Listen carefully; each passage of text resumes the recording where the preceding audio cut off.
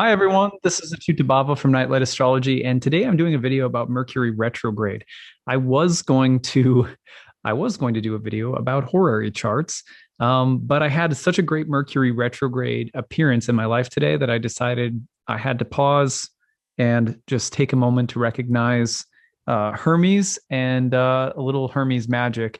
I'm going to pull up the real-time clock and we'll take a look at this transit of Mercury retrograde that's coming up. We'll just do a little sneak preview today, and I think you guys will find this story. I hope that you find it as delightful as I did.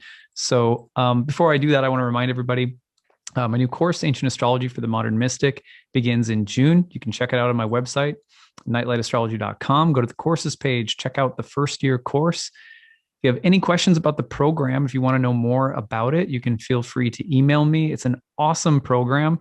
It has about 100 hours worth of really deep, structured, well thought out content. I've led several thousand people through over the years. There is a lot of optional reading, homework assignments, quizzes, group forum discussions, breakout study sessions, live clients that we have into the classroom, and a lot of focus placed on the spiritual philosophy. Why are we doing astrology? And also on the delineation techniques that can help you to become a really concise and focused practicing astrologer, if that's your goal, or just give you some skills to be able to, use astrology for yourself and people close to you. It's an amazing tool. I always say it's like the equivalent of having a cosmic GPS app on your phone. It's incredible. There's nothing like being able to track transits. It's an incredible thing to add to your spiritual life. So this class is meant to give you a lifelong, really foundational, structured learning experience with ancient astrology. We have a lot of fun along the way too. Like easily, the most fun that I have is as a teacher. So check it out. Any questions, again, info@nightlightastrology.com. All right, so let's take a look at the real-time clock today. And I just can't believe this Mercury story. It just sometimes the planets, they've been hitting me with storytelling lately. So here's the chart on the screen. And let's just advance this a little bit so that you can see what's going to happen with Mercury. Here's Mercury right there. Actually, let me make my circle just a little bit bigger. So you can see Mercury. Venus is going to actually catch Mercury, which is not common because Mercury is the faster moving planet. But when Mercury slows down, Venus will sometimes catch and surpass Mercury. We're going to see that happening right as Mercury is stationing on Friday, May 28th into May 29th. And you're going to see Mercury turning retrograde by Sunday, the 30th. So, this is just a few days away. Now, the reason that I find this obviously every Mercury retrograde is a little different.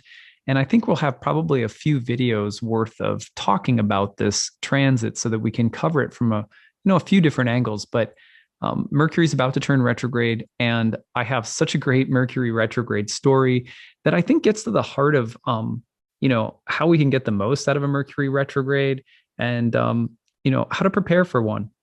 Okay, so this is kind of an elaborate, crazy story, but here it is.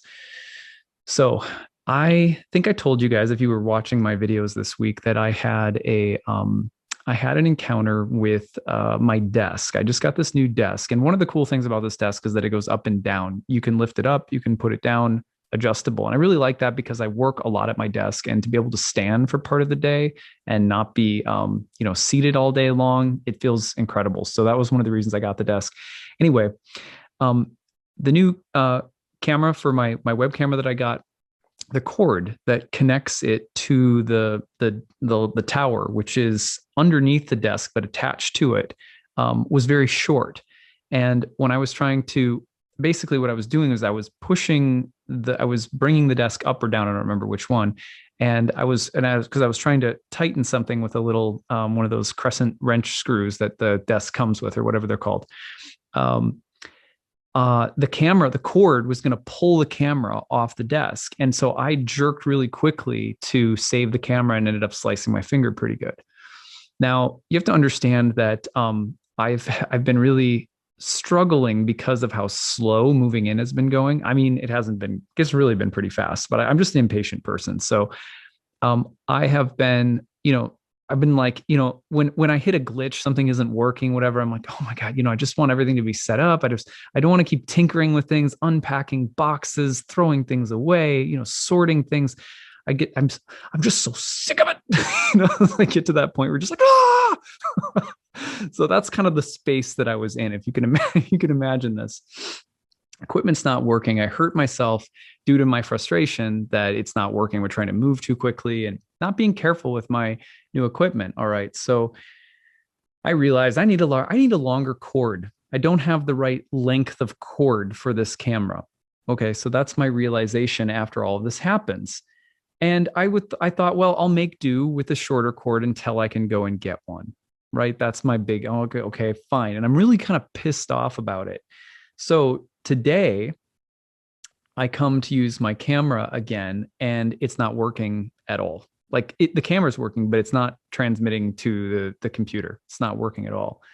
And so I go through several different help centers. We talked to Dell, we talked to Zoom, we talked to Sony, like, the camera, the Zoom, like whatever. I'm going, and I'm not much of a tech person. So I'm just, covering all of my bases and pretty much I'm not like a ruthless, mean person, but I would say that for me, I got to the space of jerk mode with every single customer rep that I talked to who was sincerely trying to help, and they were not difficult people. Like I was the difficult person. I don't know if you guys ever had a day like that. I'm embarrassed to admit it, but that's where that's where I was at. So the story gets good pretty quickly. So after I get mad at all of these different people, I realize at long last through all of this that what actually had happened had nothing to do with Zoom. It had nothing to do with Sony. It had nothing to do with Dell. It had to do with the fact that when the camera was about to fall off the edge because I had lifted the desk and the cord was too short or whatever it was, that the cord had bent and the little HDMI port, the tip of the cord had gotten bent and was now broken. So I realized this, and all of a sudden I realized I've got to rush to Best Buy so that I can make my video for tomorrow, because otherwise I don't have a webcam. So I've got to rush to Best Buy and I've got to get a new cord. I have an hour before the store closes. This is like such a Mercury retrograde story. It gets better. So I get to Best Buy and there's this guy named Walter, or I'm going to call him Walter. First of all, he spends some time helping me find the right cord that I needed. He was very knowledgeable. It was very easy. And then, I tell him like, oh, I'm a YouTuber, whatever. I make videos. And he starts talking to me about like which lens I'm using. And I have this, Walter looks a little bit like Santa Claus, I would say. And I start to smell garlic. I start to smell this overwhelming scent of garlic. And I'm like, oh my God, Walter smells so bad. And this is like right par for the course with me being in just jerk mode. So Walter is just, I'm just like being blasted by garlic. And I'm like, oh my God. And I could tell that Walter was trying to sell me a lens that he thought would be really good for what I do. And I start feeling bad because I'm like, poor Walter. The guy smells like garlic and he's trying to make a sale. And like, I should probably just buy this lens. and then I also started feeling bad because I was judging him, because I was sitting there having a really hard time not judging him because he smelled like garlic. And so then I started feeling like I should buy this lens. Like this is the answer to the problem that I'm facing right now. It's like I feel like I'm obligated to be here to make sure that Walter feels good. I'm judging him. He doesn't know that I'm judging him, but I feel bad. So I'm really starting to thinking about buying this really expensive lens that I absolutely don't need. All right. So anyway, I go out to, I didn't end up buying the lens, and it was very nice of Walter to help me. And I ended up leaving and getting my cord, and I'm going out to the car and I'm still like, man, That garlic smell is so overwhelming. Like, where is it coming from? And as I'm walking out to the car, I get into the car and I'm like, man, it's still so overwhelming. And then I realize that it's me, that I'm actually the garlic fiend. So earlier in the evening, my wife had made this pita bread, and it has garlic. It had it was really delicious, and it had like a little bit of honey on it and like crushed garlic over the top of it. The thing is, in bhakti yoga, garlic is like on the naughty list. Like, we don't eat garlic in bhakti. Onions or garlic are part of like the dietary restrictions. And I could talk about that some other time. It's not important, but so I'm not used to eating garlic. And the reason that it smelled so bad because I was wearing my mask. I was like, I was in the store. You have to wear a mask in the store. So I had my mask on. And I was smelling my own garlic breath. And I was thinking that it was Walter. Poor Walter. I couldn't believe it. And then and then the car, when I realized that, oh my God, I was laughing so hard. I was like, this is because I don't eat garlic. So it was like, what smells like garlic? And I just had forgotten that my wife made garlic, and she didn't mention it either. And I got home and I told her about this. She's like, oh yeah, I totally forgot. I'm really sorry. I forgot, like she knows that I don't eat garlic, and she does, but I don't. Anyway. So it gets better. So first of all, I'm cracking up in the car, realizing that I almost bought a lens because I was afraid that I was judging Walter when actually it was me that smelled. Oh, it was just too funny. Anyway, so then I get home from getting the cord from not smelly Walter, but smelly me. And the kids and the dog are all together, kind of like huddled in a room in one of the kids' bedrooms. And they're like hanging out, but I could tell they're kind of worried. I'm like, the dog's in there. The dog looks all worried. I'm like, what's going on? I'm like, I really wanted to tell them the story about Walter, but like I couldn't because they were all worried. And my wife is like, we think there might be an animal in the house. And I was like, what? Like, this is like, I'm in like Pee-wee's Playhouse right now or something. This is crazy. And I was like, wait, there's an animal in the house? Like, what's going on? Like, yeah, there's this chirping, and it's coming from it's coming from upstairs. So we have this little it's kind of like a little in-law suite area, and that's where our offices are. And I was like, so it's just like it's coming from up by the office, and I was like, okay, so there's like a chirping animal like up there, and I was like, this is so Mars in Cancer, it's gonna be, I'm gonna have to like fight a bat or something. Something crazy. So anyway, I come upstairs, and I'm like walking around all nervous, and there's the smoke detector in this office above my head is flashing because the battery is dead.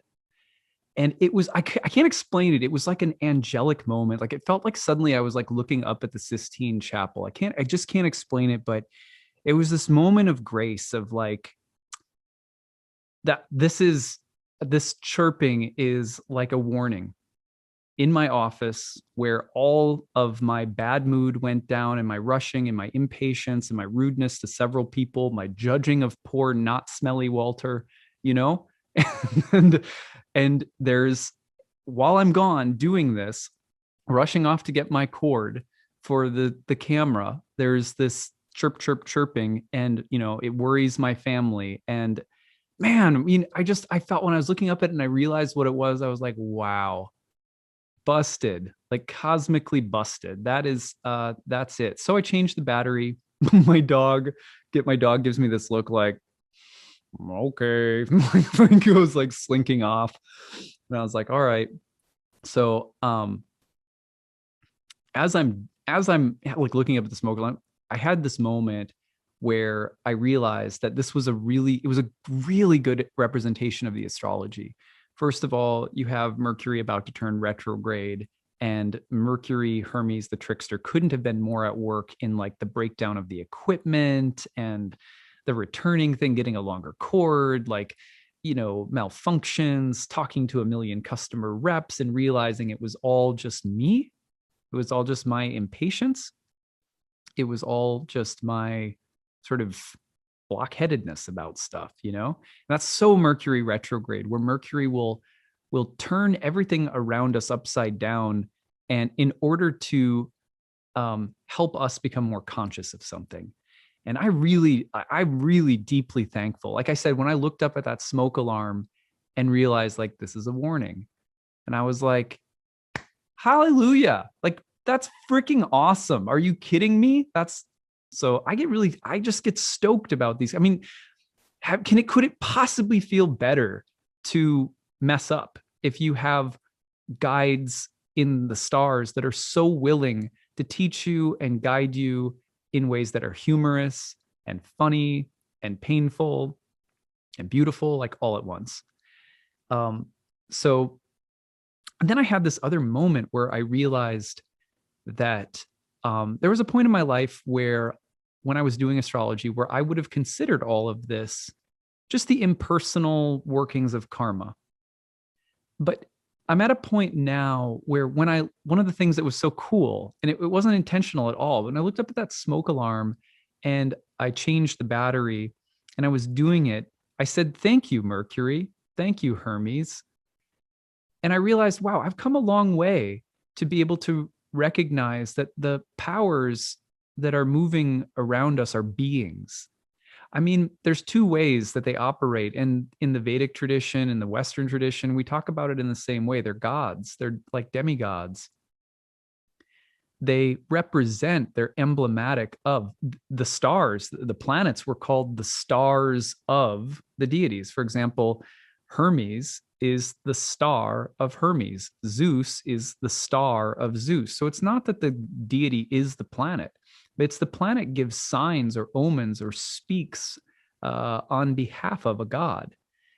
And so on one hand, the planets represent the moving forces, the impersonal moving forces of fate and karma. But on the other hand, they are always inviting us into personal relationships with guiding beings, like literal gods.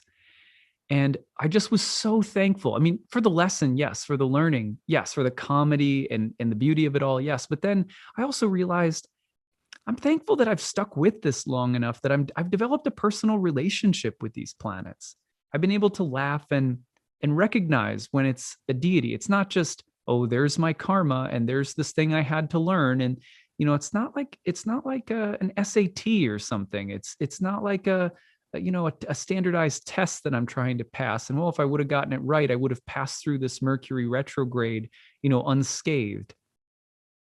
When these things happen, I'm so thankful that I'm at the point, I guess, in my practice that at least occasionally, not all the time, but at least occasionally I can stumble upon these experiences and realize that there's a person behind them. And from the standpoint of, bhakti, at least, we say that all of reality is personal, waiting for deeper personal relationships. And the more unconscious we are, the more that we experience one another, and the world is impersonal. We live according to impersonal laws of nature that dominate us instinctually, and so on and so forth. And I just realized today, I objectified myself, my finger, the customer service people I spoke to. Poor Walter. Poor Walter at Best Buy. It would have been really funny had I bought that expensive lens. Thank you, Mercury. But anyway, and then I thought, well, isn't it funny that in the midst of this right now, Venus is also conjoining that stationed Mercury? Because there was also this touch of good fortune. I got the longer cord that I needed. All along, the only thing that I really needed was a longer cord, because at some point, lifting my desk up or down was going to flip my camera off the edge of the desk. So I really did need a longer cord.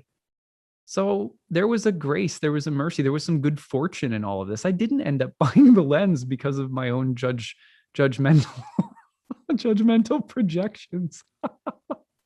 I'm telling you right now, when I was walking to the car and I was like, it's not going away. Like Walter must have like sprayed me with his garlic mist. And no, it's me. Anyway, so happy Mercury retrograde, everybody. Happy upcoming Mercury retrograde. I hope that Mercury grabs you by his invisible hands and pulls on your coattails and takes you on some magical rides. And I hope you enjoy them. And I hope you grow because of them. And I hope your mind is open because of them and your heart. And I hope you can laugh and learn something really cool and recognize that there's divine beings all around us. I hope fantastic things happen for all of you. So that's what I've got. A little divergence again. I will be back to the horary charts and some chart examples that I do have in mind. We'll do that at this point. I guess we'll be doing that next week. So stay tuned for that. And yeah, tell me your Mercury retrograde stories. I would love to hear if you guys have any really funny stories to share as well. All right, that's what I've got. Take it easy, everyone. Bye.